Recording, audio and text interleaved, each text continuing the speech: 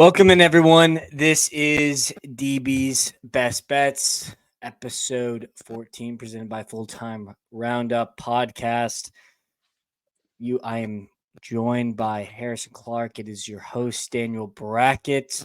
It is a late night on a Thursday before the weekend. We are around an hour away from Friday, thank the Lord. But Harrison, how are you doing? I'm doing great. Like you said, we got a late start here, but it's all good. We talking pre-show. We gotta spoon feed the listeners, the winners of the week. So hopefully this weekend what day is it? Yeah, this weekend. Jesus. Hopefully we bring home some cash for the kids. Let's go and let's break down kind of how the week fared. For me, I was 2-2-1, so not terrible. Ended up canceling out my Arsenal bet as after I saw the lineup, I actually took Luton to cancel it out because Caesar's app doesn't let you cash out. So what's the point of having legalized gambling if you can't cash out? That is my rant for today. But I'm glad because it ended up making me just go 500, which I'll take after the last two shows I've had. So, Harrison, you three and three, Three, 500, 4, I or think. 3-4. Um, Yeah. but yeah, let's go ahead and get into it. Let's start with the game today. We both took it. We both won, so it was pretty cool. And that is Chelsea Man United over 3.5. Another Premier League instant classic here. Um, Chelsea go up 2-0 within say 15, 20 minutes, and I think by halftime it was 2-2, and um, and then what? Manchester United scored another consecutive goal, and then Cole Palmer, like he's done all season, puts the team on his back, 2 penalties, and scores a hat trick in extra time to give Chelsea the 3 points here, cashing not only the over for us, but your Chelsea money line bet. I don't really know what to say about him. I really just don't even know what to say about Did I Chelsea anymore. did I capture that Uh, right? Like I can't even do it justice. How that game was. yeah, I mean, an instant classic for sure. One that I'll remember for a long time. Just purely, I think this game says a lot. I mean, there's just so many things you could talk about this game. Firstly, it just shows how inconsistent Chelsea is and how this team makes no sense. Again, Mauricio Pochettino, like he's probably gone. I legitimately think he's gone if they go up 2-0 and lose that game 3-2. I and they say similar to how they saved their job with Newcastle. So I don't really know. I think the fact that they get the penalty late and then score a minute later to win it, it's hard for me to fathom that even happened. Stamford Bridge was up. I mean, that place was going crazy, even considering that I believe like half the stadium left after Chelsea went down 3-2. So um,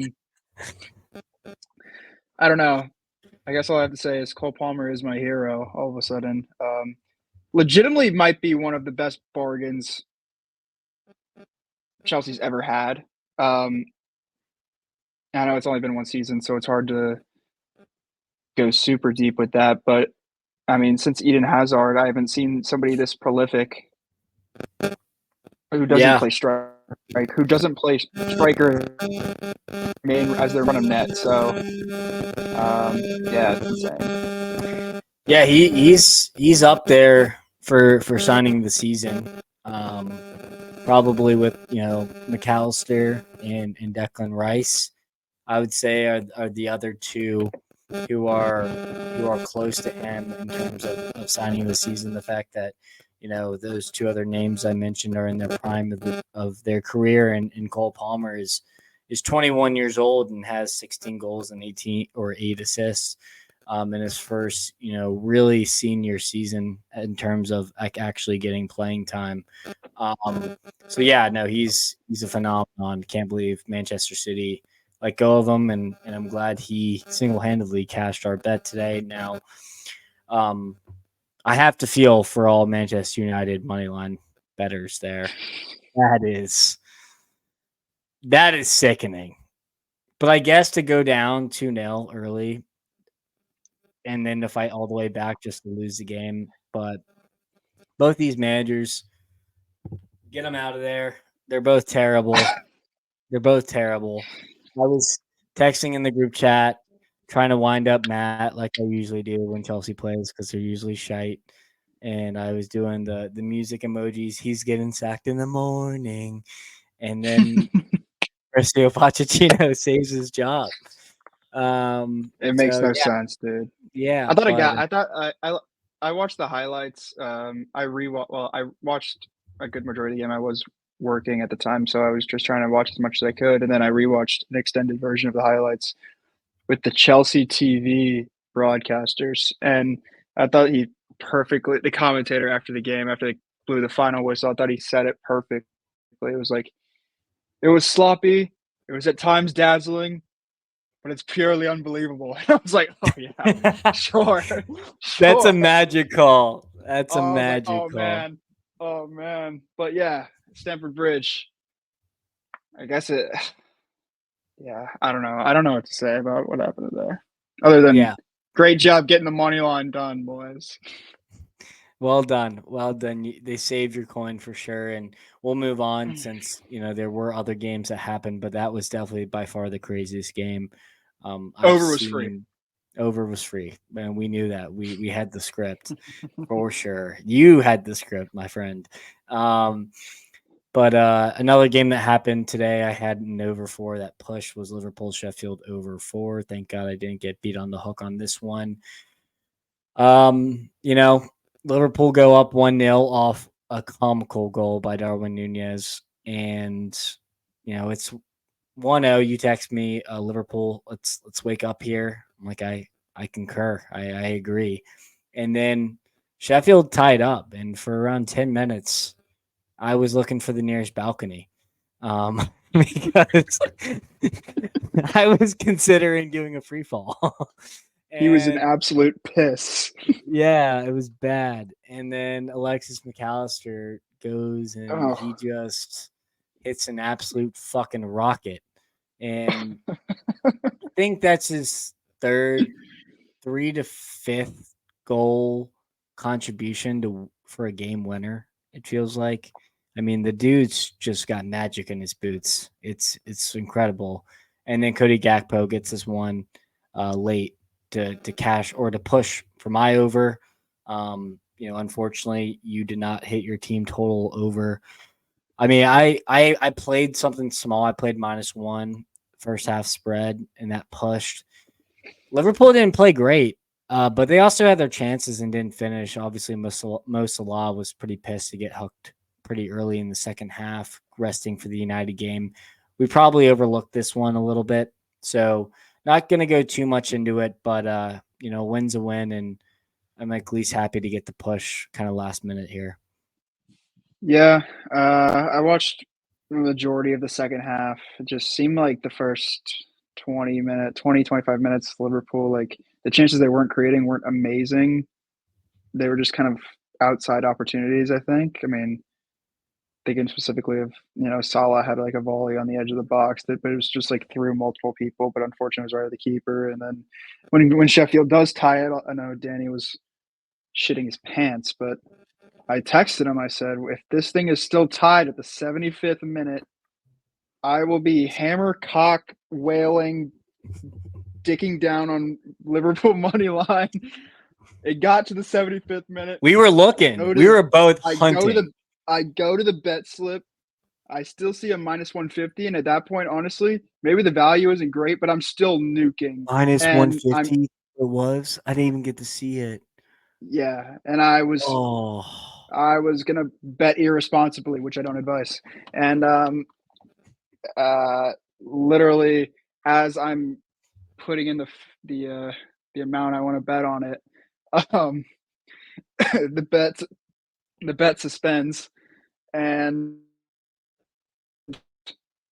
I looked back down at my phone to the peacock, and I witnessed Alexis McAllister hit an absolute nuke into the top right, and I'm like, dear God. So that was unfortunate. I could have paid big on that. Yeah, it was just for the team total. It was a slower start to the second half, and kind of just going through the first half. Um, that kind of cost that. And still, it's crazy that they even got to three in this game, considering it was tight all the way up until the 75th minute. Yeah, no, absolutely. I wish you didn't tell me what the live odds were on Liverpool because Sorry. I was trying to look. I had faith. But yeah. But we'll move on. So another, we mentioned the Arsenal game was a loss for you. I ended up texting you saying that's the worst lineup I've ever seen from Arsenal, and I'm canceling this. And I'm actually betting on Luton's side now. Used a little boost on Luton, and then one half in, I want to jump off a building because they're already 2-0 up, and I felt like an absolute sucker. But the game kind of was ice from there, and you know it happens. I guess I hate a game that scores goals early and then kind of just chills out after that. So you know, care to comment on that really brutal beat for you? Um.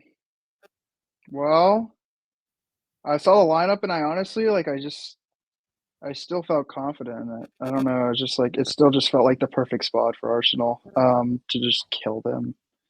Even with the players they had. I mean, Havertz has been in good form. Like, you're not complaining with who you have up top because he's been scoring goals for them.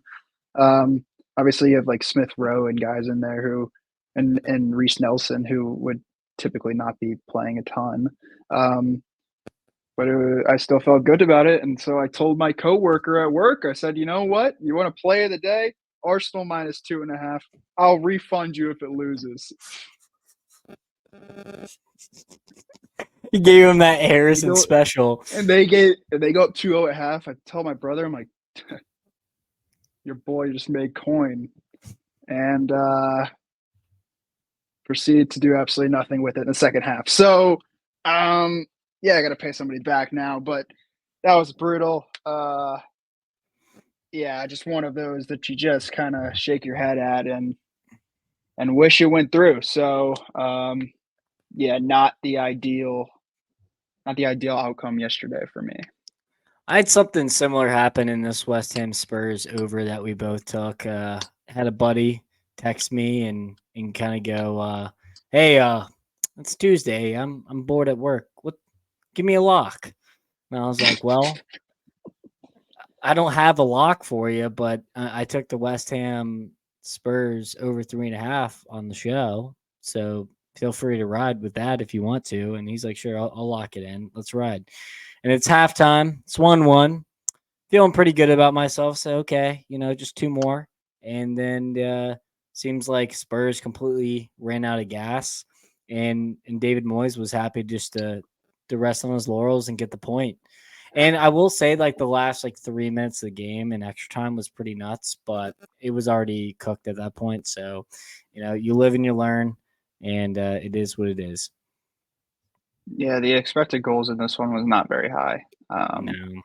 So it's kind of shocking that we even got two in the first half and kind of gave us that sliver of hope. Uh,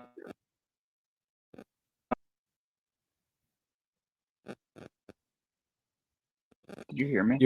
You were breaking up slightly. But Brennan Johnson scoring that that third-minute goal made me feel like, oh, this shit's flying over. And then it Yeah. just kind of cooled off from there. But it is what it is. Let's see. On Monday, gotta love a nice Monday cash. I had Bologna minus 1.5. They won 3-0, so I'll take that. Bologna's becoming a wagon, and you're going to see shortly that I will go back to the well with that. And you also had Bournemouth money line, so a nice little hit. Who do they play again? Crystal Palace. Crystal Palace. 1-0 win. It's kind Scrappy of a win. cagey game, scrappy game.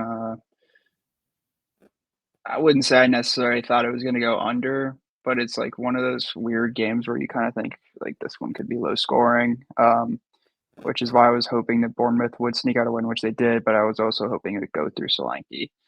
So I kind of, what's it called, washed basically in this game. So, um, but yeah, I mean, I'll take the win at least with Bournemouth, and way rather than just win 1-0 than it just end up 0-0 because they didn't end up scoring until Late. fairly like middle of the second half, late second half. So yeah, we'll take it. It's fine.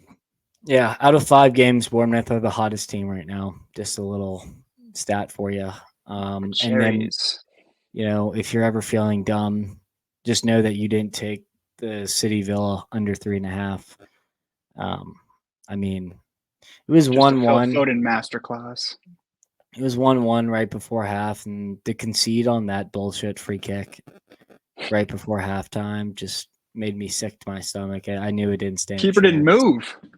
Well, no, the wall broke up. Oh yeah, that too. But I mean, That's what yeah, happened. I'm sure that I did mean, surprise him. it's not the goalkeeper's fault on that one, but yeah, that was tough, and so I think I'm off unders for the time being, because that just really pissed me off.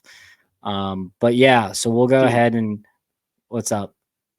that goal he had in the second half was Oh, I mean, Phil an Foden.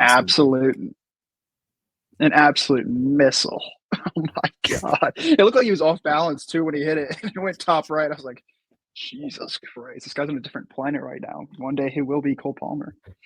Yeah, yeah, him and Cole Palmer.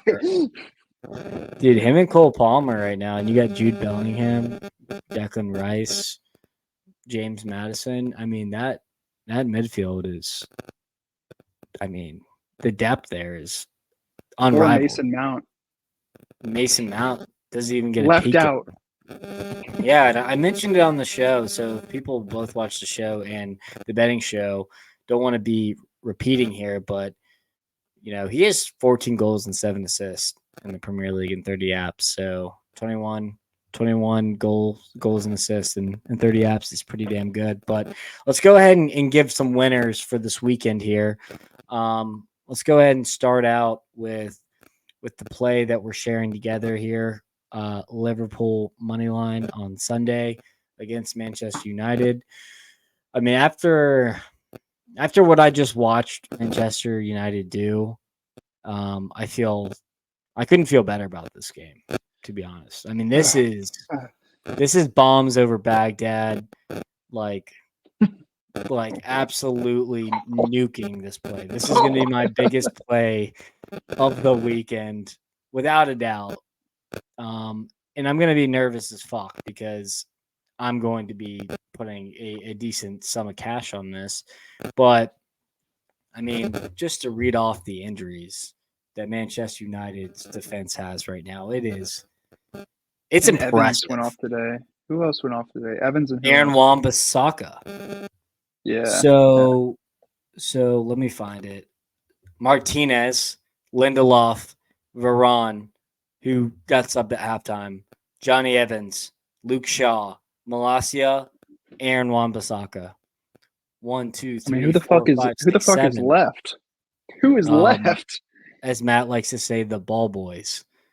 Like, legitimately, no one's left other than Harry Maguire, which I might as well have a ball boy be in for that.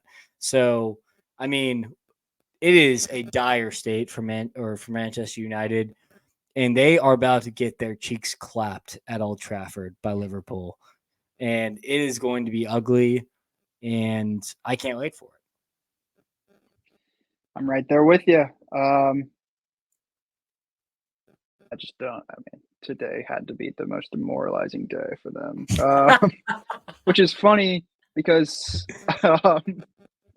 it's funny because there's almost like you can flip it how Man U just demoralized Liverpool last time they played, and so there's that factor also where they still have that bad taste in their mouth from what happened last time at Old Trafford. So yeah, with with the defense just being in absolute shambles right now, the team in general probably in shambles after what happened today. This could be I love this spot for Liverpool again, and also obviously every game right now is a must-win as we head down the stretch. So I just feel like this is balls to the wall for the Reds this weekend. Absolutely. What else? We also we're going back to the well with Sheffield and Chelsea over 3.5. Chelsea I mean, have completely forgotten how to play defense. I mean, me and you as a center back pairing out there could rival Thiago Silva and Benoit Chile or whatever his name is. He's terrible. Badiashile. I cannot believe he started today. He's got bad in his name. That's all that I needed to hear. I mean, this guy is awful. And Sheffield actually looked pretty good from set pieces and looked threatening at times against Liverpool. And Chelsea, off a huge game, this could be a big letdown spot for them. So I'm going to go ahead and take this over 3.5. Yep. Right there with you. Could be God knows who wins this game. I could see Sheffield winning this game. But I'm also going to take Cole Palmer anytime goal scorer because the guy's just on an absolute heater. And if Chelsea gets a penalty, he's scoring because at this point he just doesn't miss. So, yeah, he is. He said this, and then he goes, yeah, I saw that. I was like, oh my god, oh my! It's because everybody's talking about how he's basically a penalty merchant. But at this, I thought he had a good point after the game. It's like everyone's saying I just like, oh, just score penalties, but I haven't missed them. So what do you want me to do about that? So yeah, he's been an absolute machine. And if they do, Chelsea has scored now, I believe, the most penalties in the EPL this year out of anybody. Yeah, you guys, I don't know. Which is hilarious. Who are you paying, dude? You get the softest penalties I've ever seen. Like, it's a joke. Yeah. And that's why we're 10th in the table. So, yeah, if we get another one, he's scoring. And even if we do score, he's going to probably either be the benefactor or he's going to be the one who scores. So it's probably going to go through him. I like the over. Yeah, I mean, not much more other to say than just, hoping Chelsea comes out on top, and who knows who's winning this game, to be honest. Yeah, since you brought up a prop, I thought I'd go ahead and bring up my little future prop I have here. I was looking at the goal scoring charts, and I was looking at some highlights for Girona, and they mentioned that Artem Dubovnik hadn't scored since January, and he had a brace, and he's tied for the top scorer right now. And I just was like, wonder what his odds are for top goal scorer. Who's he tied with? Jude Bellingham. His odds are plus 275 as a striker for Girona, who score a ton of goals. He just got a brace. And I just don't think Jude Bellingham is going to bang in, 10 more goals this season. I think Dubovnik with the value is way more likely to do that. Especially Girona have to win these games to keep Champions League pace. Like, we bet against them not to do that. We did. But they are going to do that. It's going to be through Dubovnik. So I'd played it small, but it almost is a hedge. But I could win both here. So I just wanted to let the people know that I think I got on FanDuel, pretty good value there. So we'll see what happens, but I at least wanted to mention it. Now, it's great. It's crazy that Jude Bellingham could win a Golden Boot in the La Liga. Like, that is insane. Galactical. Unbelievable. But yeah, you have an under here with Brighton Arsenal under 2.5, 3. Is at Brighton? Right? It is at Brighton. Brighton's gone under 5 of their last 7 in the Prem. They did have that game at Roma where they got killed. But the games that they have gone over, it's only been 3. So they've been playing cagey matches. They had the match with Liverpool last week. It finished 2-1, but that game was close throughout. So it's not like Brighton are necessarily playing horrible. Like I don't love how they've played this year in general. But they've been playing just like kind of these cagey games, almost like the games that we saw between like Bournemouth and Crystal Palace. Like you don't really know if they're gonna win because they haven't really been that threatening, but they also like haven't given up a ton. I still expect Arsenal to win this game, but seeing the line at like 2.5 and 3, I think that it probably will go under that just based on how Brighton have been playing. So, and also like Arsenal doesn't really give up much. I mean, Saliba is unbelievable, and the defense they have is solid. So I don't. I mean, yeah, I see Arsenal winning, but I don't see it going over 3 goals.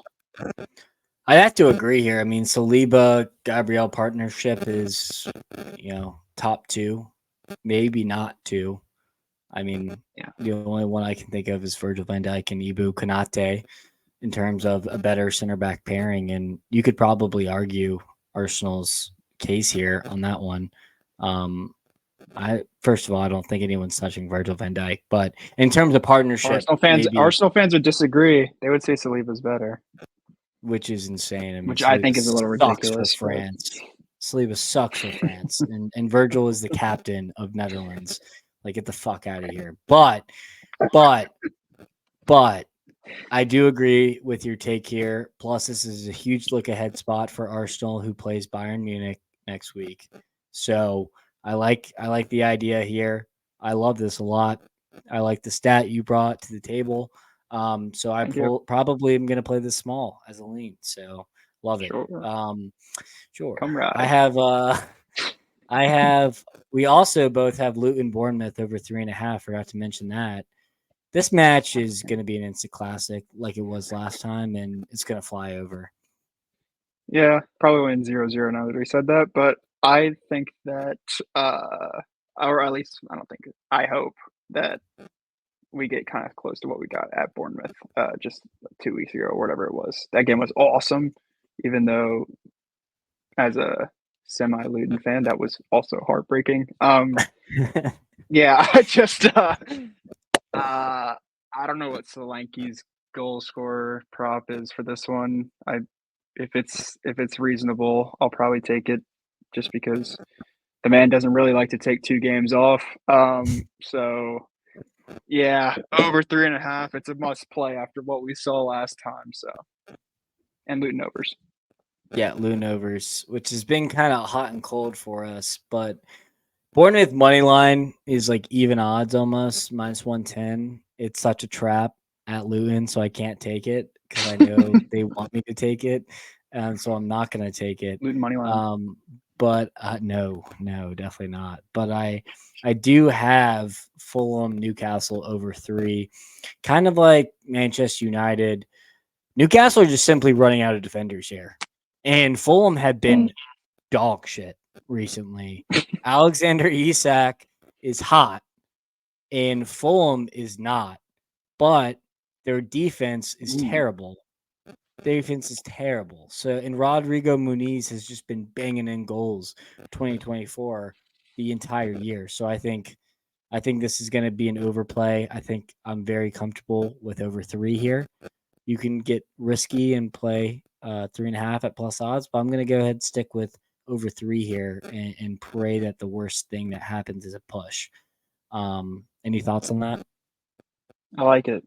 Yeah, I mean Newcastle. God, they're so similar to Man U, just running out of dudes. So yeah, and like you said, Isak has been running riot. So I can totally see this going over 3. You don't really know what Fulham team you're going to get. So you could either Hopefully get the team one. that beat you either get the team that beat Tottenham 3-0, or you get the you tied Sheffield last week 3-3. So yeah, I don't know. I think over 3 is a good look just because you don't really know what you're going to do or what's going to happen, and you can totally see this going over. Both examples you had the overhead, so I'm cool with either. I really don't care. That is true. That is true. Yep. I really don't care at that point. I also no have, lies detected. Yeah. I also have Bologna money line against Frosinone away. Frosinone stink. Bologna is good. Xerxes should probably start this game. He didn't even start last game, and I still got the cash. So Bologna money line at -110, completely a trap, and I don't care. I'm taking it. Thiago Motta, you're my guy. You're my guy. But you have an under here, and I have a Charlotte play here. My first Charlotte play of the year, and I want you to go first. Yeah, I mean, maybe at some point we'll start. I mean, I know you've been putting leans in. Maybe we'll start actually like playing more MLS plays. But right now, I'm just kind of sticking with what I know, and what we know so far is that the Charlotte Unders have hit. Now, like you mentioned a couple pods ago, Abada is coming. He's not And starting, by the way. okay, so great. Love that. I absolutely love that. So I saw this odds at around even. And if the boat sinks, I'll go down with it. So give me the under 2.5. Oh, yes. Sign me up. Sign on the dotted line. And I have Liverpool plus, or sorry, not Liverpool. Geez, Charlotte FC plus a quarter. So if it draws, then I lose half. Is that If game we in New win, England? yes. But New England are the worst team in the Eastern Conference. They are terrible, terrible. And Carlos Charlotte, feels good. yes, he is. But Charlotte is getting to be a competent team here. And I believe. I mean, I played small Liverpool money Dino. or Charlotte FC money line at +200. So I'm liking where it's at right now, and I'm feeling really good about this play. My first MLS play officially, so I'm excited to get on the action. I also had a couple leans that I mentioned: Bologna Frosinone over, Charlotte FC moneyline, Bochum Cone over, one of those disgusting games, and then Lorient Montpellier over. The numbers all like that one. I just couldn't get myself to take them. Do you have any leans? The math checks out. The math checks out. Let me check real quick. I had a couple games that I like wanted to take, but I think there are more games that we're just going to end up putting in a parlay because I wanted better odds, but the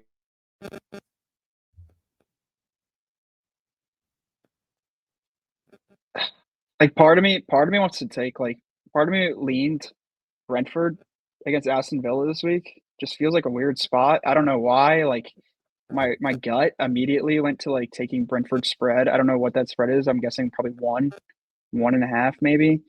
I don't know why. I don't know why that was my John initial reaction, but John McGinn's back, and they like rested a ton of guys against City. That's the only thing that I think is like a scary one on that.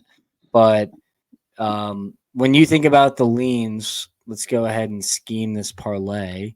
If you don't have any, it's completely fine. So, I'm thinking Arsenal money line against Brentford. How do you like the sound of that? you mean it's Brighton?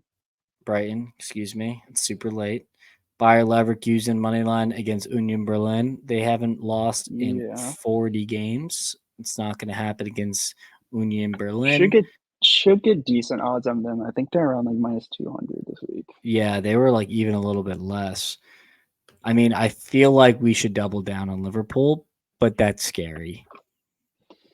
Yeah, God, I don't see a world where they lose. Which reminds me, our parlay that I even cover: Bologna money line, Inter money line, Atletico Villarreal over 2.5, Liverpool -1.5, and Arsenal 1.5, and Sydney money line was a big time bang for the boys. So forgot to mention that.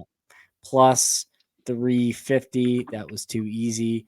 But yeah, so Bayer Leverkusen. Okay. What about AC Arsenal, Milan who they play again? at home against Lecce? Yeah, sure. I believe they're Like around it. -300. Okay. I'm cool with that. Just because, Man City money line yes, obviously. on Man the City road money line. at Palace. Yeah, I'll take that any day of the week. Are we too scared to take Bayern versus Heidenheim? I think so. I'm too scared to take Chelsea too. Oh hell no! I'm not getting burned by them again.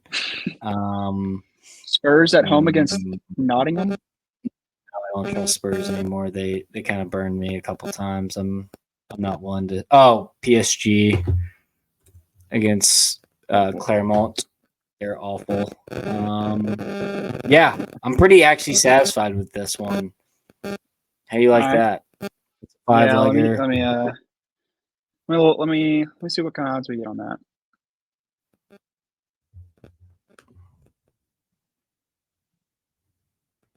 Arsenal's only minus 165, just right. It's kind of good value. That's why I like it. Yeah, I agree. Another must. And like Bayer Leverkusen's good value. Even City and Milan are like fairly good value. Yeah,